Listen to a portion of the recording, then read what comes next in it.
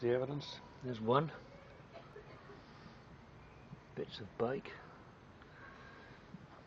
Tools. Snapped tools.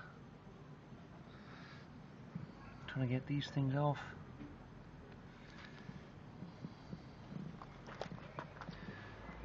Off of this.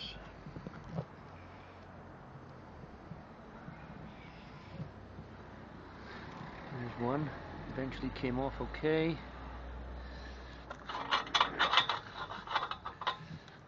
There's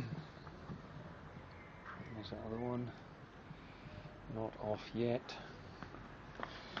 Due to one extremely stubborn nut. As they say, there's always one.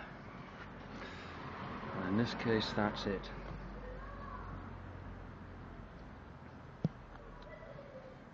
It's interesting when you start turning on these, if your bracket isn't properly tight, the whole thing turns, the whole can turns, which is actually quite useful for you to get at the awkward ones under here.